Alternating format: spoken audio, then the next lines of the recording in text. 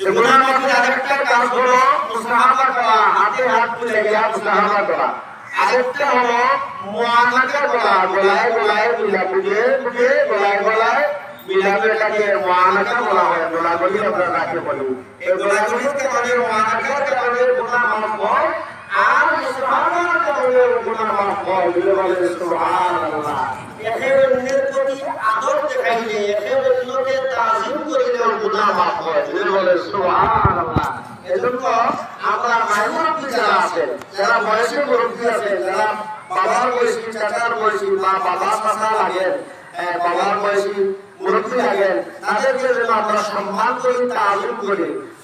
প্রয়োজনে প্রথম মুসলিম করি আপনজন যারা রয়েছেন মুরব্বী, উস্তাদ, পীর, মাসের বুজুর্গ, আলেম, ওলামা, দাদা, চাচা, নানা, বাবা, মা, শ্বশুর, শাশুড়ি, তাদেরকে পায়ে ধরে প্রথম মুসলিম করাও সুন্নত। আবার কোন কোন কিতাবের মধ্যে সুন্নত লিখেছেন, কোন কোন কিতাবের মধ্যে মুস্তাহাব লিখেছেন। যিনি বলেন সুবহানাল্লাহ। এজন্য আমাদের কাছে, আমাদের মধ্যে হলে প্রথম মুসলিম কথা নাই, পায়ে ধরে সালাম করার কথা নাই।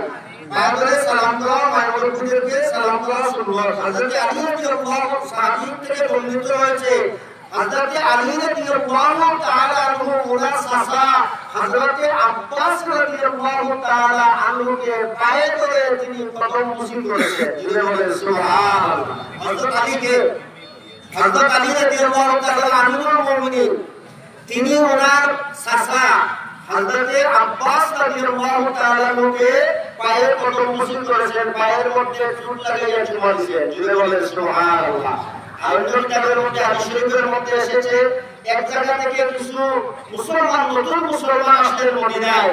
আসিয়ে তারা নবীজিকে খুঁজলেন যে নবীজি কোথায়। সাহাবীদেরকে বললেন নবীজি কোথায়, আমাদেরকে দেখাইয়া দাও। তখন সাহাবায়ে কেরাম দেখাইয়া দিলেন উনি হচ্ছেন আমাদের নবী। যিনি বলেন সুবহানাল্লাহ। তখন নতুন মুসলমানরা সবাই নবীর কাছে চলে গেলেন। তারা নবীজির হাতের মধ্যে চুমা দিলেন এবং চুট লাগাইয়া পায়ের মধ্যে চুমা দিয়েছেন। যিনি বলেন সুবহানাল্লাহ। এটা পরিষ্কার হাদিস আছে, দলিল আছে আমাদের কাছে। এর থেকে প্রমাণ হলো হাতের মধ্যে চুমা দেওয়া, হাতের মুসাহাবা দেওয়া এবং পায়ের মধ্যে চুমা দেওয়া এটা সুন্নাত। যিনি বলেন সুবহানাল্লাহ। অপর কিতাবের মধ্যে এসেছে জুনুনের সময়, অপর কিতাবের মধ্যে এসেছে মার বৃদ্ধ অঙ্গুলির মধ্যে চুট লাগাইয়া যেই ব্যক্তি চুমা দিবে সে যেন বেহেশতের চৌকাঠের মধ্যে দরজার মধ্যে চুমা দিয়ে দিল। যিনি বলেন সুবহানাল্লাহ। এজন্য আমরা মুরব্বীদেরকে তাজিম করব, সম্মান করব, মা বাবাকে ছোট মুসলিম করব, সালাম করব।